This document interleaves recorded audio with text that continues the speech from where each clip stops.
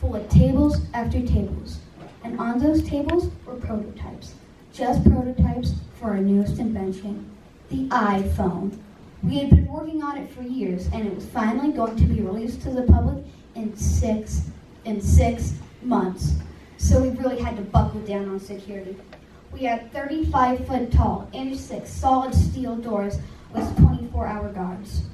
And I'd walk through those doors almost every day and just browse the designs. But there was always a problem. None of them were perfect. I'd say, Jimmy, can we make it curvier? I'd pick up another one and say, Bobby, can we make it thinner? Then I'd pick up another one and say, Jane, we need to get rid of this stupid button. But it didn't happen, well, at least for the first one. The technology at the time wasn't high enough, so we came out with more. And we've made 4 so far. And I hope we continue this trend. You know what? I know we'll continue this trend.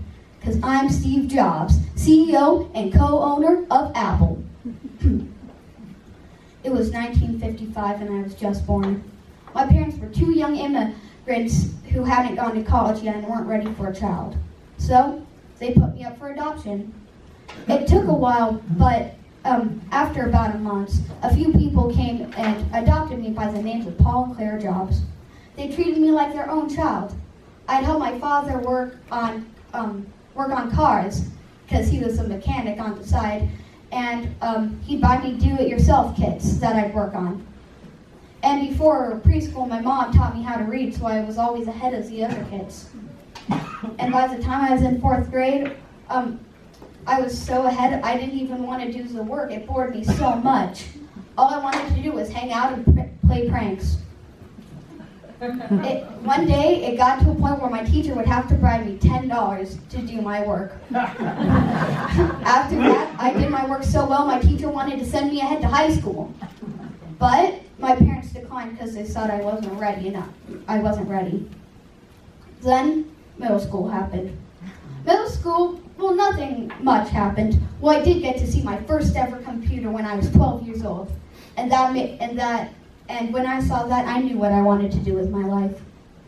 And I also made the quick trip down to the mechanics. Then, in high school, I met my best friend and future colleague, Steve Wozniak. We liked all the same things. We'd go on talking about technology and mechanics. We had the greatest time together. But that's not all we did. We also got in a little bit of trouble.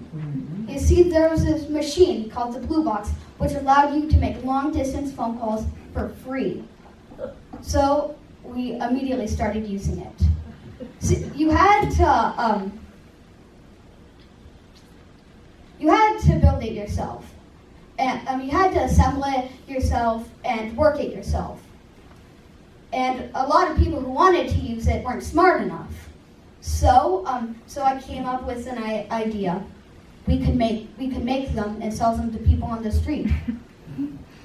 I went to Steve one day and told him the idea. He thought the idea was crazy, but after some convincing, he agreed. We could make it for $85 and sell it for $160. The plan was brilliant, but there was a problem. The magazines that held the instructions were getting taken off the shelf. But there was one library I knew would have it, the university library. We made the plan. We'd sneak it in the middle of the night and take it. After we did that, business was booming and we were making a lot of money. But one night it happened. We were walking down the street and some men started approaching us. They demanded we give them the device. Of course, we refused. They asked us again. We refused. So they turned to violence. They mugged us. They took our money, our wallets, and the machine and fled. After that, we learned our lesson. We never sold any again, and we lost contact. After that, I was really bored, and I spent all my days just reading books, listening to music, and shamefully smoking pot and doing drugs. So and after a while of that, I got in with the hippies, if you'd call them that. I even had my own Volkswagen. and we traveled all over the country for 6 months, just doing random stuff. And we had an eco protest once.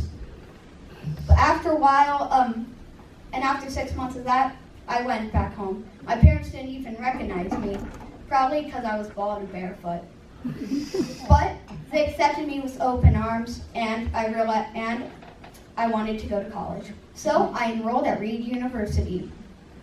My time there was awesome. I was learning a lot of awesome things, but it was draining my parents' bank account. So I had to drop out. I spent the rest of my time there just dropping in on classes for free, and then I'd have to sleep on my friends' floors. And I turned in the soda caps for the 6-cent deposits every day. And every Sunday night, I would make the walk across town to the church to get one good meal a week. After a while, I had enough of it, so I went back home.